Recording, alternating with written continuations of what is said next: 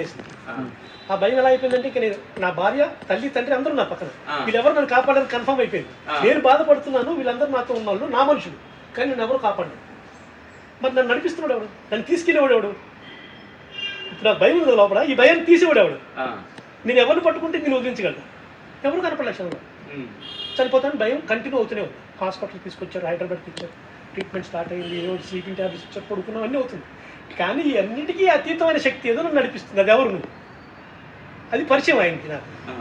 ఒక విత్తనం నాటుకోవడానికి కారణం అది. అంటే నాకు నా స్వాస్థ్యమైన జీవితం కాదు ఇది. నేను కొన్ని రోజులు మాత్రమే ఇక్కడ ఉంటాను. ఏదో ఒక రోజు ఎవరో తీసుకెళ్తారు. ఆ తీసుకెళ్లే వ్యక్తి ఎవరు? నువ్వెవరో తెలిస్తే కానీ నా జీవితం ఏంటో నాకు తెలియదు. కాబట్టి నీ అన్వేషణ ప్రారంభమైంది. అక్కడి నుంచి ఆన్సర్ రావడం మొదలుపెట్టింది. ఎప్పుడైతే నీ అన్వేషణ చీకట్లో నుంచి ప్రయాణమైందో వెలుగులోకి వచ్చేందుకు వరకు ఆయన మనకు తోడుగా నడిపించాడు. ఎవరు అంటే భగవంతుడు.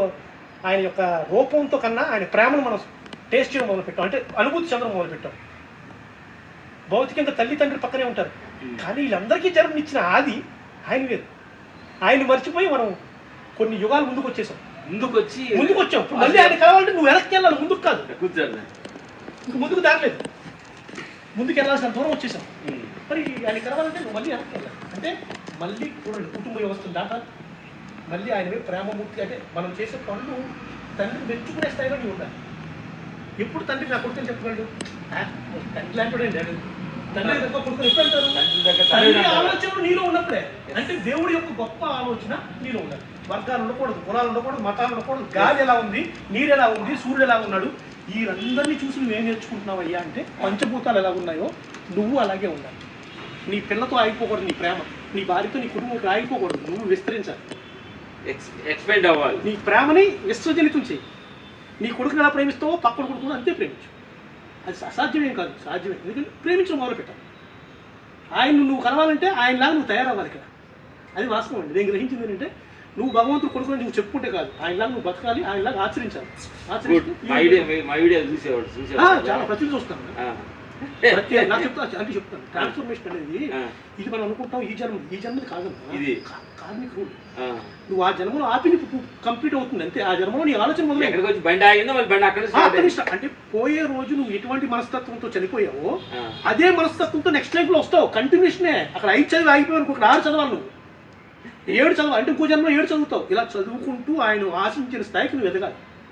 ఆయన ఏ రోజైతే నాకు తగ్గ కొడుకు అనుకుంటాడో ఇక చాలు, నీ భౌతిక రూపం చాలు, వచ్చేయమంటాడు. అప్పుడేమవుతుంది, నువ్వు ఒక లోకానికి పంపిస్తాడు. లైక్ మనం చూసిన షిరిడి సాయిబాబా, శ్రీరామచంద్రుడు అందరూ ఎందుకు వచ్చారంటే ఆయన మెచ్చే గుణాలు ఉన్నాయి కాబట్టి ఆయన మళ్ళీ భూమి మీదకి పంపించాడు.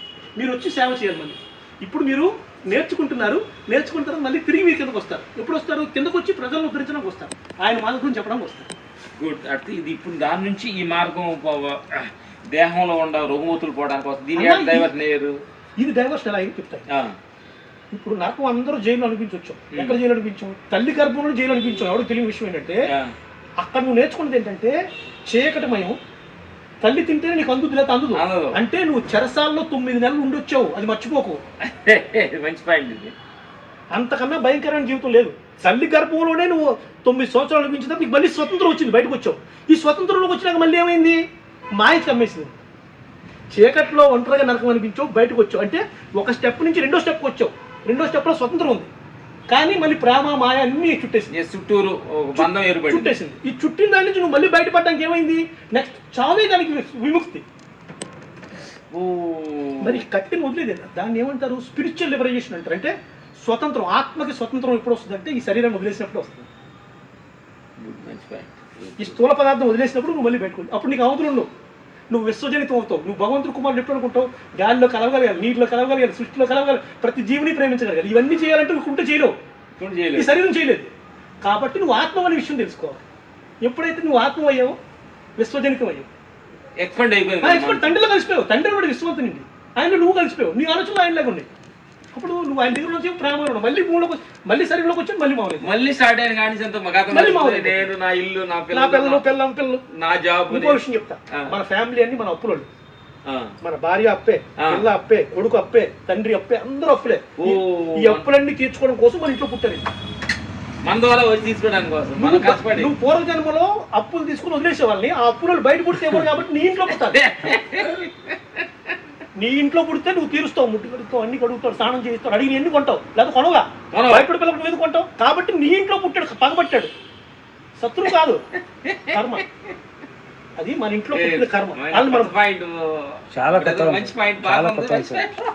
అది మన ఇంట్లో పుట్టింది, మన కర్మే. వాళ్ళ మీద కోపం తెచ్చుకోవద్దు, బాధ్యత చూపించాలి. అంటే నేను పూర్వజన్మలో చేసిన తప్పు, అంటే అప్పు ఇప్పుడు వచ్చింది, నేను అప్పు తీర్చుకుంటాను రా నాయన, తీరుకున్నట్టు అమెరికా పోతాడు, నీకు మళ్ళీ సంబంధం ఉండదు. సంబంధం మళ్ళీ చూసారా? అంటే నీ పెళ్లి చేసుకుంటాడు, తీరిందంటే వెళ్ళిపోతున్నాడు. నీ అప్పు తీరిపోతుండడు, అప్పే మనిషిని కట్టి పెట్టి ఉంచుతుంది. కాబట్టి ఈ భూమి మీద ఏ అప్పు లేకుండా, అంటే ఎటువంటి కోరిక లేకుండా, అప్పు మిగల్చకుండా నువ్వు ఉండగలిగితే నువ్వు మోక్షుడు, అంటే స్వర్గానికి చెప్తావు, భగవంతుడు చెప్తావు. ఇది వాస్తవం. నువ్వు ఏ చిన్న చనిపోయేటప్పుడు ఏ కోరికతో అయితే నువ్వు వర్ణిస్తావో ఆ కోరిక మళ్ళీ నీ కిందకు లాక్కొస్తుంది. కాబట్టి కోరిక ఉండకూడదు. వెళ్ళేటప్పుడు నేను మళ్ళీ నేను తిరిగి కిందకు తీసుకురాదు దేవా అని కోరుకోవాలి. అదే మోక్ష మార్గం. దాని నుంచి షుగరు దీని గురించి ఎట్లా నీకు ఎట్లా ఇది కట్టలేదు? మీరు నేను పక్క పక్కన కూర్చున్నాం, నా మనసులో అందరూ బాగుండాలని ఆలోచన ఎంత ఫ్రీ ఉంటుంది కదా, ఇది ఫ్రీగా ఉంది అమ్మా. మీరైతే తక్కువ టైంలో పెద్ద బైక్ మాస్టర్లు అయిపోయారు, పెద్ద ఇల్లు కట్టారు, ఏమో నేను ఇంకెలా ఉన్నాను అని భావం నాలో వచ్చిందనుకో, నాలో ఏసం మొదలైంది, కోపం మొదలైంది. ఆ కోపం నేను ఏం చేస్తుంది, నన్ను దహించేస్తుంది, లోపల నా ఆర్గాన్స్ని దెబ్బతీసేస్తుంది. సెల్స్ అన్నింటి సెల్స్ మరి పాజిటివ్ ఎక్స్పాండ్ చేస్తుంది, నెగిటివ్ ఏం చేస్తుంది, కుషించేస్తుంది. విషబీజం మనలో వచ్చింది, ఆ విషబీజం బయట లేదు, నాలో ఉండదు. ఏం నన్ను నాశనం చేస్తుంది కదా, ఎదురు నాశనం చేస్తుంది. ఎదురు కూడా బాగుండాలని నేను కోరుతున్నాను, నా మనసులో హ్యాపీనెస్ ఉంది. అది నాశనం అనుకుంటున్నాను, నేను కదా నాశనం అవుతాను. ఇప్పుడు పేషెంట్ వచ్చింది దగ్గరికి, నమ్మరు, అయ్యా ఒళ్ళంతా మండిపోతుంది, దేనికమ్మా రక్తం ఉడికిపోతుంది, రొమటైక్ ఆర్థరైటిస్ అంటున్నారు, ఏం చేయాలో తెలియట్లేదు. నేను అన్నాను ట్యాబ్లెట్ రెగరాసేస్తున్నారండి అందరూ, ఇది బయట కాక మింగే లోపల వేసుకున్నా తగ్గట్లేదు. అమ్మా ఒకే ఒకటి చెప్తా, నా మీద నమ్మకంతో చెప్పి గుడ్డిగా చెప్పి ఏం చేయాలి చెప్పాను. ఇంటికి వెళ్ళి నీ కోడలను కౌగులించుకో, ముద్దు పెట్టు, నా కూతురు అమ్మాను అను అను అన్న మరుక్షణం నీలో వేడి తగ్గుతున్నాను, దాన్ని చచ్చినసనే ముట్టుకొని అయితే నువ్వు పోతావు. ఈ టాబ్లెట్ కాదు కదా, ఏది నేను కాపాడు, నువ్వు ఖచ్చితంగా పోతావు. మరి ఇంకేం మార్గం లేదమ్మా, ఫోటోలో నీవు ఇంటి ముందు నీ ఫోటో పెడతారు, పోతావు, నీ కోడలు దర్జాగా బతుకుతుంది. నీ కోడల్లాగా నువ్వు కూడా ఉండాలనుకుంటే నీ మనసును నమ్మించు, నాకు శత్రువులు ఎవరు నా ఇంట్లో లేరు. నా కూతురు అత్తగారికి వెళ్ళింది, అత్తగారికి కూతురే వచ్చింది. కాబట్టి నేను ప్రేమించి మొదలుపెట్టు, జబ్బు వస్తున్నాను అడిగాను. 2 నెలలు 3 నెలలు చేసింది, తర్వాత ఏ నొప్పులు ఏ మంటలు లేవు. మండిపోతే కారణం ఏంటి, నీ బ్రెయిన్ లో నీ ఆలోచన నిన్ను రెచ్చగొట్టి హిట్ చేసింది. అన్ని జాయింట్స్ సెల్స్ అన్ని మండిపోతాయి. అవతల మనుషులు యాక్సెప్ట్ చేయలేక, ప్రపంచాన్ని యాక్సెప్ట్ చేయలేక, గాలి ఎలాగైతే చూస్తుంది, ఎలా చూస్తున్నాడు, గాలి నీరు ఎలా చూస్తుందో అట్లాగే ఉంటుందని ప్రతి ఒక్కడు నీకు ఒకటే. అన్ని గాలి మన బాడీ తాగుతున్న ఫీల్, అది నిన్ను తాకుతుంది, పేదోడు తాకుతుంది, అన్ని కులాలను తాకుతుంది. అందరికీ ఒకటే ధర్మం, దానికి ప్రత్యేకమైన ధర్మం ఉందా? లేదు. అంటే నువ్వు కూడా అలాగే ఉండమని భగవంతుడు నాకు ఎగ్జాంపుల్ ఇచ్చాడు. నువ్వు అందరితో నాకు కలుగుమంటాడు, కలవు కాదు. ఆ పక్కింటోడు ఆడితో నాకేంటి, వీడితో నాకేంటి, ఇంట్లో ఆడితేనే పడదు. ఆడు ఎక్కువ తింటే, ఆడు ఎక్కువ మాట్లాడితే మనం ఆడే గొప్ప, నాకు నేను అనేది ప్రతి క్షణం ఉంటూనే ఉంటుంది. అది ఉన్నంత కాలం మనిషి నేను అనే భావన ఉంటే ఈ శరీరం అయ్యావునా, శరీరం అయ్యా, ఇంత అయ్యావు అంతే. నువ్వు కాదు కూడా అంతే, నువ్వు ఇది కాదంటే నువ్వు విశ్వం అన్నా. నేను అనుకుంటే బంగారం నువ్వు అంటే నేను ఎడ్రస్ రావాల్సి వచ్చిందన్నా, నువ్వు విశ్వం అనుకుంటే ఎక్కడా నేను కలవచ్చు, నేను పాటలోకి మాట్లాడచ్చు నీతో నేను కదా. అది మనిషి స్వరూపం, అది భగవంతుడిలాగే నువ్వు ఉండాలని పోతే చివరికి మనం మన పరిమితిని తగ్గించుకొని శరీరంగా మిగిలేము. మరి అంతే కదా. ఆయన ఇనిషియల్గా చెప్పిన ధర్మం ఏంటి, ఆదాము అవ్వకు చెప్పిన ధర్మం ఏంటంటే, మీరిద్దరూ నా ద్వారా నా ప్రతిరూపాలై పుట్టారు, మీ తలంపుతో మీ పిల్లలు పుట్టించుకోవచ్చు, అంటే నీ ఆలోచనతో పిల్లలు పుడతారు. ఇప్పుడు ఆడవాళ్ళు 9 నెలలు గర్భం అనిపించి నొప్పులను అనిపించి ఆపరేషన్ చేసుకుని పిల్లలు పుడుతున్నారు. అప్పుడు అలా కాదు, నీ మనసులో నాకు ఒక మగ పిల్లడు అందమైన కావాలంటే చేతిలోకి వచ్చేసేవాడు. అంటే నీ ఆలోచనతో భగవంతుడు పుట్టించే అవకాశాన్ని ఇస్తాను ఎదుర్కొని శారీరకంగా పుట్టించే అలవాటు వచ్చాడు. అంటే నీ మనోశక్తి అంత గొప్పగా ఉండేది. ఒకప్పుడు మానవుడి శక్తి భగవంతుడి శక్తి సమానం. చూసేవాళ్ళు ఒక మాట అంటే చాలా అయిపోయింది. నాకు పిల్లడు కావాలంటే పిల్లడు వచ్చేసాడు చేతి, అప్పుడు కూడా ఏం జరుగుతుంది చూసేవాళ్ళు. పిల్లడు కూడా మొగడు కావాలంటే మొగ పిల్లడు పుట్టాడు, ఆడపిల్లలు కావాలంటే ఆడపిల్లలు. ఇప్పుడు ఎక్కడ నీ శరీరంలో శక్తి ఉంటే పడుతుంది, అది లేదు. భగవంతుడు ఎక్కడ నీకు నేను అని స్టార్ట్ అయ్యావు, నాశనం అయిపోయావు. నేను లేకపోతే విశ్వవంతం నువ్వేగా. అది అనుకున్నది కాదు, అందరూ అనుకుంటున్నారు. నీకు చెప్తున్న మాటలు చాలా ఈజీ కాదు. అనుసరించి మొదలు పెడితే ప్రతిదీ జరుగుతుంది. ప్రకృతి మనతో ఉందన్నా, నేను చూస్తుంది ఏంటంటే, నేను నమ్ముతుంది ఒకటే, నువ్వు నీ మాటని నీలో ఉన్న దేవుడు వింటున్నాడు, ఎవడు వినట్లా. నువ్వు ఎక్కడ తప్పించుకోగలవు? ఇప్పుడు నేను ఒక మాట చెప్పాను నీకు, ఆయన చెప్పేసి నా మనసులో లేదు అనుకుంటే నాలో ఉన్న దేవుడికి నేనే సమాధానం చెప్పను. ఆయన నువ్వు వెళ్తాడో వెళ్ళు, లోపలే ఉన్నాడు. చెప్పు చూడటానికి మాట్లాడే అన్నిటి నువ్వు నేను ఏం చెప్పావు అని అయితే నేను ఏం చెప్పాను ఆన్సర్. ఇప్పుడు బయట ఉందంటే నేను తప్పించుకోగలను, లోపల ఉందో ఎక్కడ తప్పించుకోగలను? హిందూ కాగలరు అందులో లేడం ఉంది అంటే ప్రతి ఖాళీలోడు, ప్రతి ఖాళీ ఎంటీ స్పేస్ కూడా భగవంతుడు కడుపులో కూడా ఉన్నాడు. ఆయనకి నీ ఆలోచన పుట్టింది తెలియదా? నీ శరీరంలో ఉన్నాడు ఆయన, అన్నీ తెలిసింది ఆయనకి. ఆయన తప్పించుకుని ఎక్కడ పోగలరు? అందువల్ల నీ ఆలోచన బాగుంటే నీ జీవితం సవ్యంగా ఉంటుంది, ఇందులో డౌటే లేదు. అయితే నువ్వు మెడిసిన్ అంతా కూడా నువ్వు అడుగుతున్న మెడిసిన్స్, షుగర్, బీపీలు అన్నీ కూడా నీ ఆలోచనేనా? నువ్వు యాంగ్జైటీలంతా ప్రశాంతంగా ఉండవా? నువ్వు పొద్దున్నే లేవగానే నా ఎదురింటోడు బాగుండాలి, నా అత్తమామలు బాగుండాలి, నేను చూస్తున్న ప్రతి జీవి బాగుండాలి, ప్రతి వృక్షం బాగుండాలి, ప్రతి మనిషి బాగుండాలి, సర్వ జీవకోటి బాగుండాలి, ప్రకృతి బాగుండాలి. కోరుచుడు నీ ఆత్మ ఎంత ఆనందం ఉంటుంది, నీకు ఎదుగుతాకు వస్తుంది ఆనందం. నీ ఏదాపు కదా ఆనందం. లేవగానే 10 నిమిషాలు సృష్టిలో ఉన్న సర్వ జీవికోటి నాన్న సృష్టించిన సృష్టి అద్భుతంగా జరగాలి. యుద్ధాలు నశించాలి, కోపతాపాలు ద్వేషాలు పోవాలి, ప్రేమ రావాలి, అందరూ కలిసిమలిసి అన్నదమ్ముల్లాగా ఉండాలి, ప్రపంచం అంతా బాగుండాలి, సర్వ జీవకోటి బాగుండాలి కోరుకుంటే ఇంకా నీకు మెడిసిన్ అవసరమా? నువ్వు చెప్పని చెప్తున్నప్పుడు నాకు ఆనందం కలుగుతుంది కదా. మైనా వెంకటేష్, ఇంతకన్నా ఆనందం ఏముంటుందన్న? ఒక ఊటి పక్షులు మన ఆలోచనలు, ఆ బ్రదర్ ఆలోచనలు ఒకటిగా మనమే. అదే మేము నిన్న కూడా చెప్తున్నాం, పార్కులో నడుస్తుంటే చెట్లు నన్ను చూస్తున్నాయి, చూసి తలూపుతున్నాయి. సూర్యుడు రైజ నన్ను చూస్తున్నాడు, భూమి నామతో మనం చూస్తున్నాడు. భౌతిక ప్రపంచం లేదు, భౌతిక ప్రపంచం శరీరంతో మాత్రమే చూడగలిగింది, నువ్వు దేవుతో చూడలేవు. ఈ కళ్ళు చూసేది కేవలం ఈ ప్రపంచాన్ని. కళ్ళు మూస్తే చూడగలిగే ప్రపంచం, భగవంతుడి ప్రపంచం ఒకటి ఉంది. అది మనం గ్రహించాలంటే నువ్వు మనసుతోనే ఆత్మతోనే స్పందించాలి దాన్ని, కళ్ళతో చూడలేవు. ఇప్పుడు నీ భావన ఎప్పుడైతే నీకు ప్రకృతిని ప్రేమించడం మొదలు పెట్టావో చెట్టు నీతో మాట్లాడుతుంది, కనబడుతుంది, నిజంగా మాట్లాడుతుంది. తెలుసా మీకు?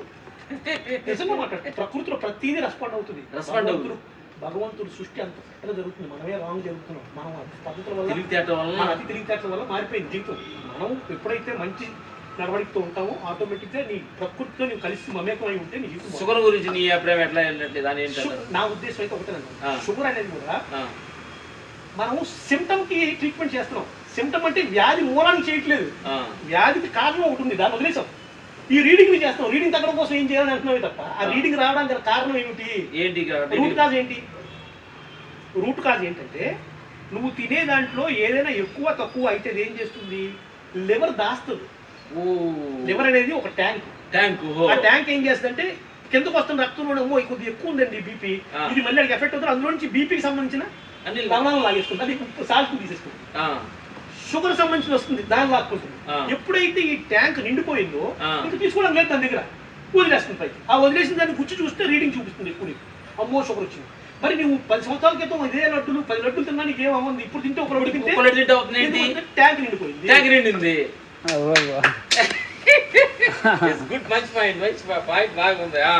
ఈ ట్యాంక్ ఖాళీ చేయకుండా నువ్వు ఎంత తిన్నా అది షుగరే. ఈ టాబ్లెట్ ఏం చేస్తుంది? నువ్వు బ్లడ్ లో వస్తున్నది కొత్తగా వచ్చేదాన్ని తీసేస్తుంది తప్ప ట్యాంక్ ఉన్నదాన్ని తీయట్లా. నువ్వు ట్యాంక్ ఉన్నదాన్ని ఖాళీ చేయించాలంటే ఏం చేయాలి? కొత్తగా ఇవ్వకు.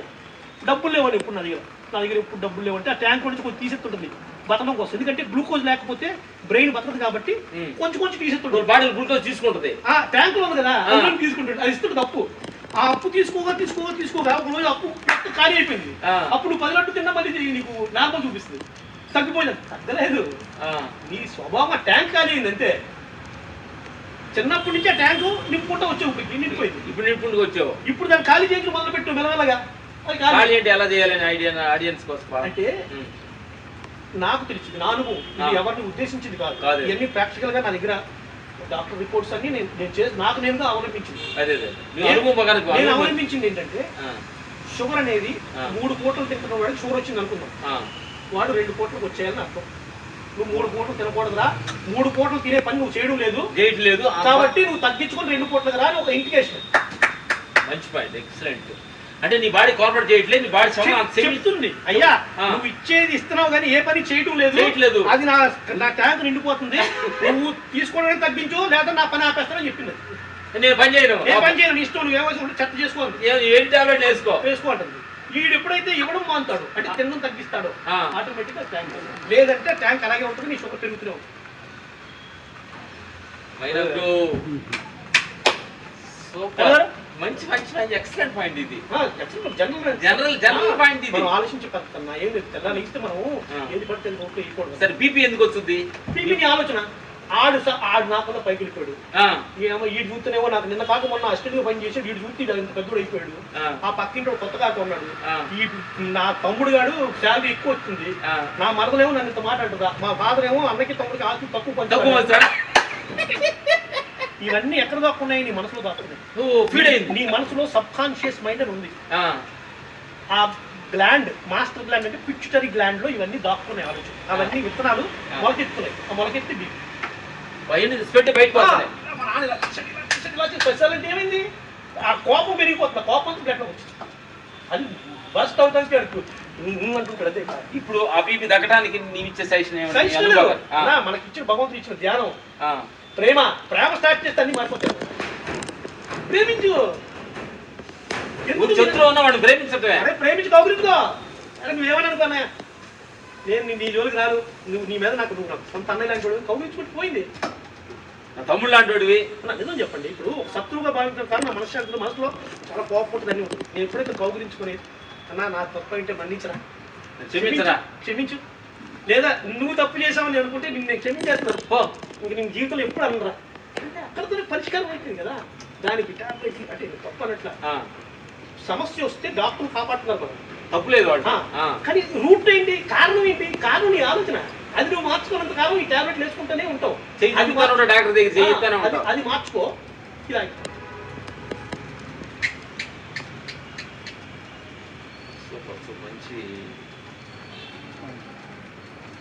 ఇది. ఎందుకంటే అన్న మనం ప్రతి మనిషికి ఒక జ్ఞానం భగవంతుడు ఇస్తాడు. మనం ఆ జ్ఞానం కొద్దిగా మనిషికి జ్ఞానం పంపించడు. ఆయన ఉద్దేశం ఏంటంటే తన పిల్లలు అన్ని సబ్జెక్టులు పాస్ అయ్యి మంచి మార్కులతో తన దగ్గర రావాలనుకుంటాడు.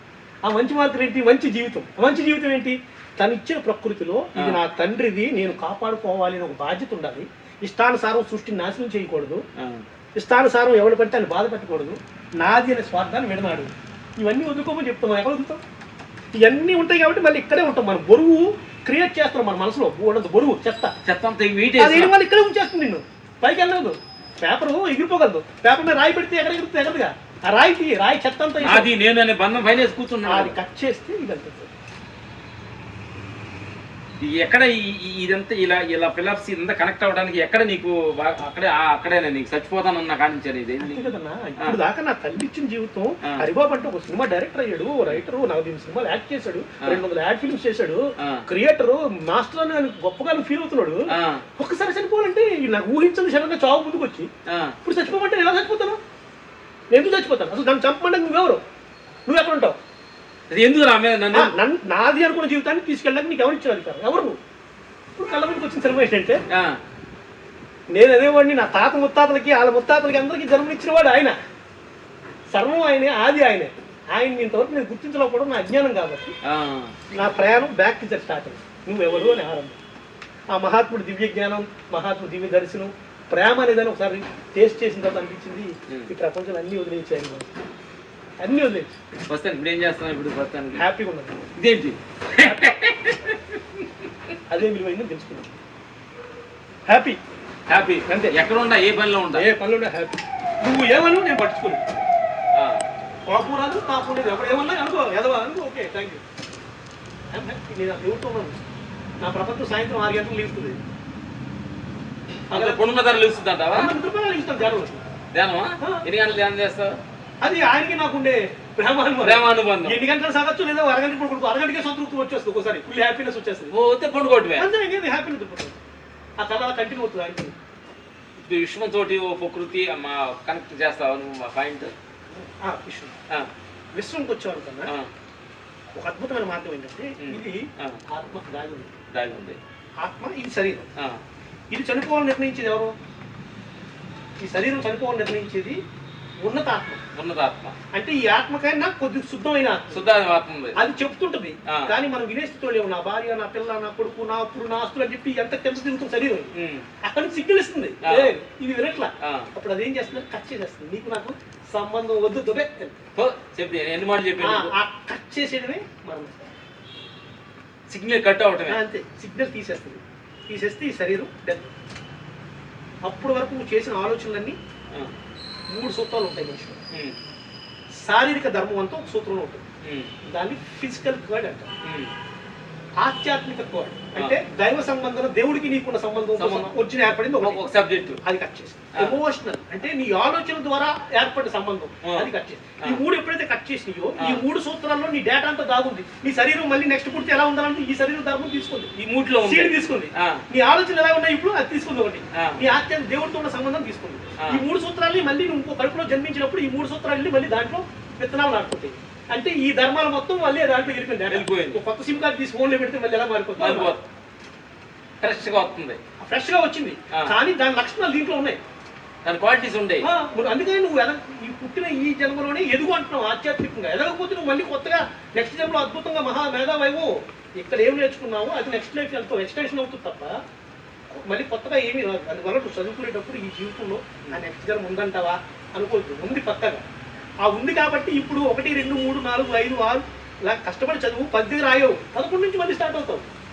అందుకే కొంతమంది చిన్నపిల్లలు చూడగానే వాడు ఒకటి తప్పుడు అద్భుతం చెప్పేస్తుంది ఎక్కడ మీరేంటి ఎలా చెప్తున్నాడంటే వాడు అక్కడ కొత్తగా నేర్చుకున్నాడు. అంటే అక్కడ చదివిన 10వ తరగతి నాలుగుతో ఒకటి వచ్చేది. పిల్లలు భగవద్గీత గురించి చెప్తుంటారు, చెప్తుంటారు చిన్న చిన్న పిల్లలు. అవును, మరి ఎలా సాధ్యమైంది? ఏమైనా బ్రో కొత్తగా ఉంది ఈ క్లాస్. అంటే ఇప్పుడు జనాన్ని ఆడియన్స్ పాయింట్ లాగా మనం అనుకు సరదా మాట్లాడుతున్నాం. ఒకళ్ళు ఎదుగుతున్నారు, వాళ్ళు డౌన్ అవుతున్నారు. ప్రపంచం అంతా నానా రకాల అప్ అండ్ డౌన్స్ లో జీవితాలు జరుగుతున్నాం. కొన్ని మనం అనుకుంటున్నాం, కొన్ని జరగట్లా. మనం అనుకున్నా జరిగితేనా హ్యాపీగా ఉంటున్నాడు, అనుకున్నా జరగకపోతే డిప్రెషన్కి వెళ్తున్నాడు. దీన్ని బట్టి నువ్వు ఆడియన్స్ ఏం చెప్పబోతున్నావు ఆడియన్స్ కి? ఇవి ఎవరు నమ్మినా నమ్మకపోయినా ఇది పూర్వజన్మ యోగం ద్వారా వచ్చేది. పూర్వజన్మలో నేను చేసిన కర్మల ఫలితమే ఇది. ఇప్పుడు చిన్నపిల్లవాడికి నేను చెప్పినట్టు నువ్వు 1వ తరగతిలోనే వాడు 10వ తరగతి ఎక్కడ ఎలా చెప్పగలుగుతున్నాడు? వాడికి నేర్పింది ఎవరు అడిగితే తల్లిదండ్రులు చెప్పలేదు అంటారు, ఎవరు చెప్పలేదు అంటారు. వాడికి అంత నాలెడ్జ్ ఎలాగొచ్చింది తెలియదు అండి. ఎలాగొచ్చింది అంటే పూర్వజన్మలో వాడు నేర్చుకున్నాడు అన్నది వాస్తవం అని మనం తెలిసిపోతుంది. అంటే దీన్ని బట్టి నువ్వు ఏదో పూర్వజన్మలో చేసిన దానికి ప్రతిఫలం మాత్రమే ఇక్కడ అనుభవిస్తున్నావు తప్ప ఇక్కడ నువ్వు కొత్తగా సృష్టించలేదు.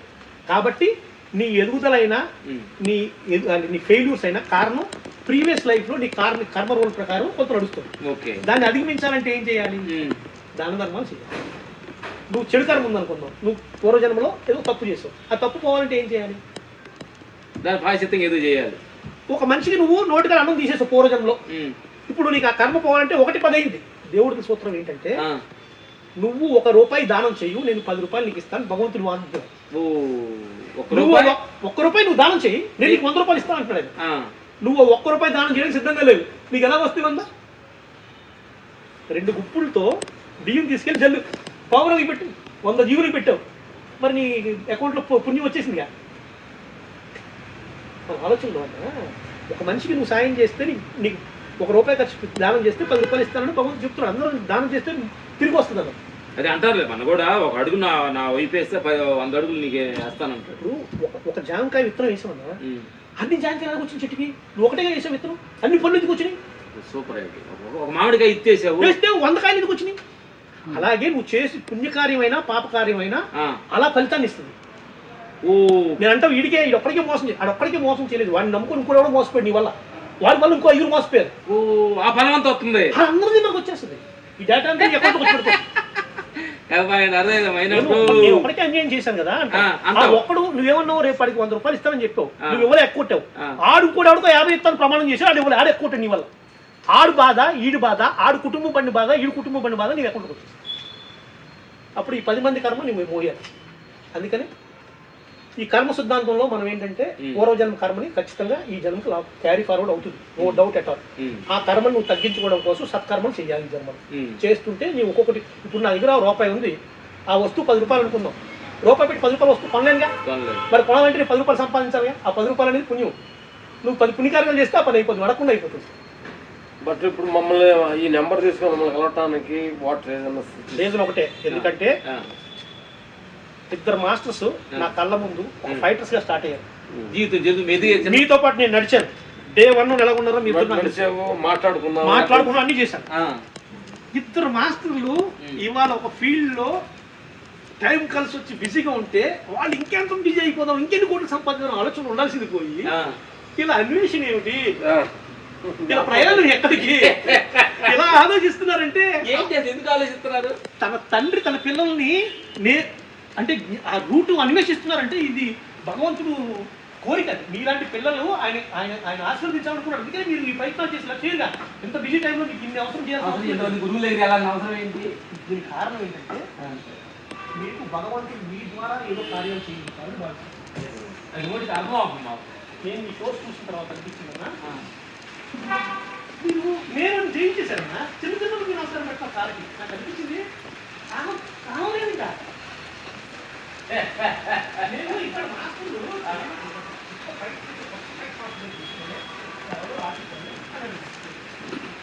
టైటిల్ చేసి సినిమా చేసి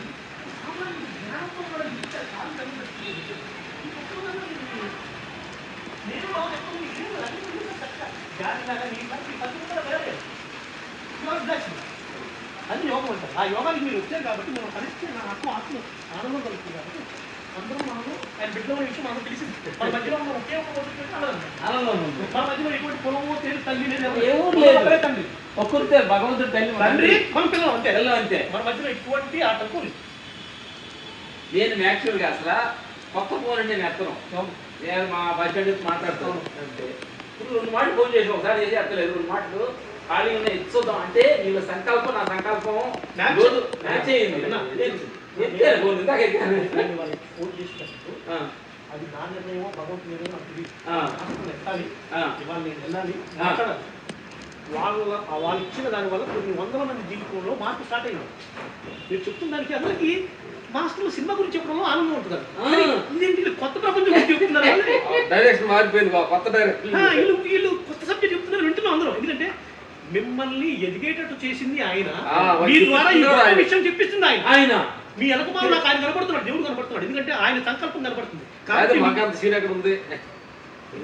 భగవంతుడు వాడుకున్నాడు, యానకంగా వాడుకున్నాడు. మీ ద్వారా ఇప్పుడు ఎవరో సామాన్యుడు చెప్తే వింటూ సెలబ్రిటీ చెప్తే వింటారు కదా, మీ ద్వారా చెప్పిస్తున్నాడు. అదే అంటే మిమ్మల్ని పెంచి మీ ద్వారా చెప్పిస్తున్న ఆ తండ్రి కనపడుతున్నాడు. ఆ తండ్రి కోసం మనం కూడా ఒక చిన్న మీతో పాటు ఒక చిన్న రాయి, మనం కూడా ఒక రాయి గోడ కట్టడానికి నిర్మాణానికి ఉపయోగపడితే చాలు. ఏం లేదు, ఒక గూటి పక్షులు ఒక గుడి చేరుతాయి అన్నట్టు ఆత్మ. మేము కూడా ఆత్మ ఎందుకంటే రూపనామాలను మనం పెద్ద ఇంపార్టెంట్ ఇవ్వకూడదు. ఎందుకంటే రూపనామాలని గొడవలు పనులు వస్తున్నాయి. మొన్న సృష్టించిన ఒక శక్తి, ఒక భగవంతుడు, ఒక గాడ్.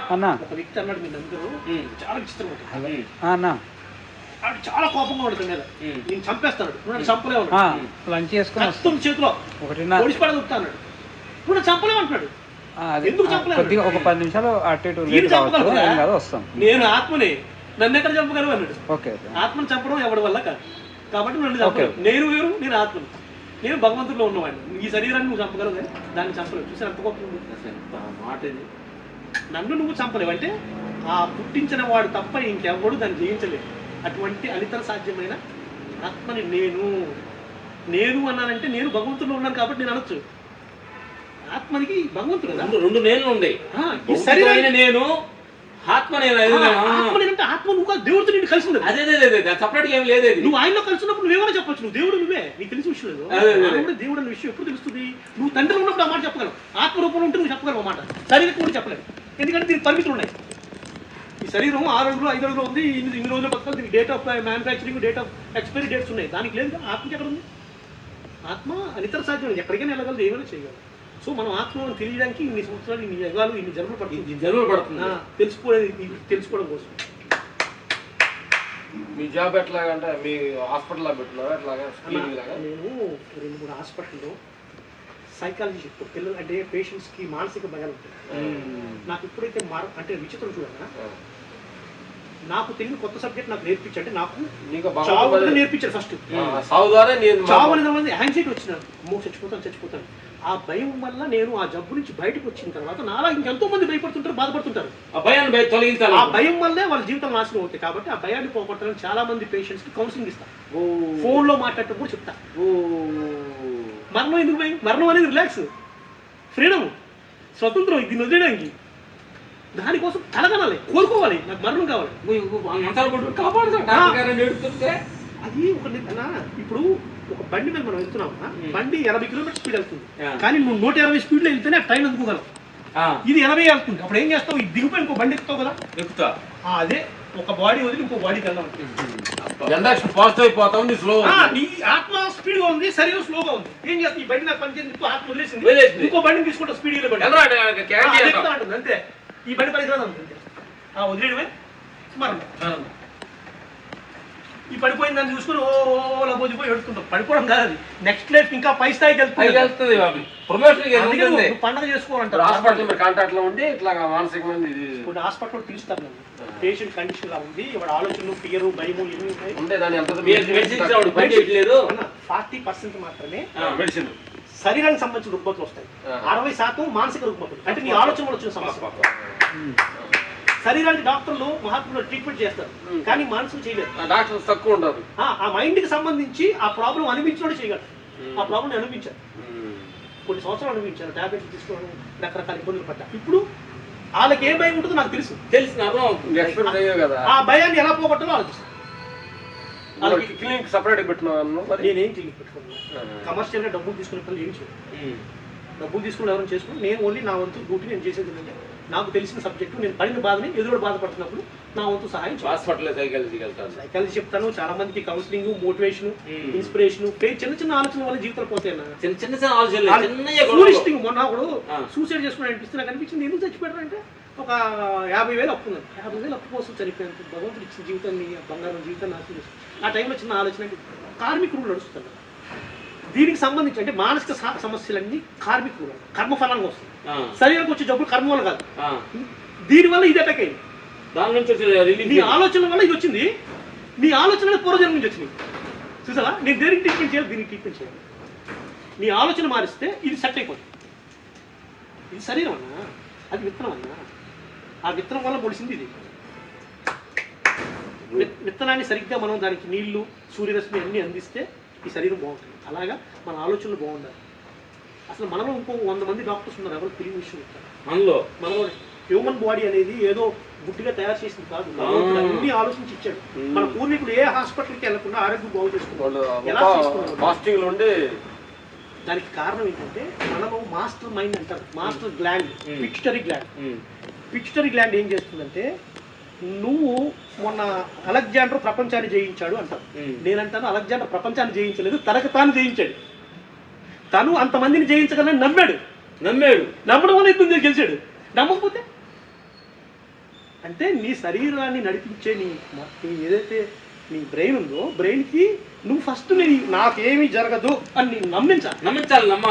నమ్మిస్తే నీ ముందని నీకు అనుకూలంగా మారిపోతాయి. నువ్వు నమ్మించలేకపోయి అనుకో, ప్రతిదీ భయమే. వీటి నుంచి చూడతాడు, ఏమవుతుంది, ఎవడొచ్చినా నాకేమవుతాను అని నిలబడి వాడిని ఎవడో కొట్టమని, వాడిని ఎవడో పడేమా, పడిపోతావు ఖచ్చితంగా. అమ్మో నేను పడిపోతానేమో, అమ్మడు వచ్చి కుట్టేస్తాడేమో. ఎందుకు పడిపోతా? నేను ఆయన కొడుకునే, నేను సన్ ఆఫ్ గాడ్. ఎంత శక్తి వచ్చింది చూడండి నా ఒక్క మాటలో. నేను son of Subbarao, son of Appakonda అంటే ఏమో నమ్మాల్సింది. ఆయన పుత్రులు మనం ఆయన పేరు చెప్పాలా. నేను దేవుడు కుమారుడు అయ్యా, నన్ను ఏం చేస్తాను అన్నా అంటే ఎవడు కాకుండా ఆత్మ బ్రైట్ అవుతుందన్నా. ఆత్మ కనిపించదు. నువ్వు చేసే పనుల వల్ల శక్తి పెరుగుతుంది, శక్తి పెరుగుతుంది, లైటింగ్ పెరుగుతుంది. ఎప్పుడైతే నువ్వు 10 మందిని పోషించగలిగే స్థితి వస్తుంది నీ ఆత్మకి, భగవంతుడు నిన్ను భూమి మీదకి ఒక కార్యం ఇచ్చి పంపిస్తాడు, ఈ పని చేసినా.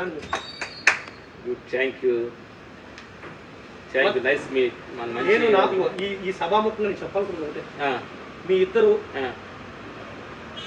మనిషి మనుగడ కోసం, వాళ్ళ జ్ఞాన అభివృద్ధి కోసం, సమాజానికి మీ వంతు సహాయం చేయాలనే కృషితో మీరు ఏదైతే ప్రారంభించారో అది ప్రతి సామాన్యుడికి చేరాలి. తద్వారా మానసికంగా ఎంతోమంది ఫీల్ అవుతారు. వాళ్ళందరూ కూడా మీ ద్వారా స్వస్థత చెందుతారని నాకు పూర్తి విశ్వాసం ఉంది. మీ రకమైన భగవంతుడు ఆశిస్తున్నాను. పూర్తి విశ్వాసంతో ఈ కార్యక్రమం జయప్రదం అవ్వాలని మనస్ఫూర్తిగా కోరుతున్నాను. చిన్న విషయం కాదన్నా. అంటే భౌతిక జీవితంలో ఇంత ఇన్వాల్వ్ అయిపోయింది, ఇంత లోతులో దిగిపోయి కూడా మళ్ళీ బ్యాక్ వచ్చారు చూసారా, అంటే బ్యాక్ టు ఆరిజిన్ అంటారు. అదే మన స్టార్టింగ్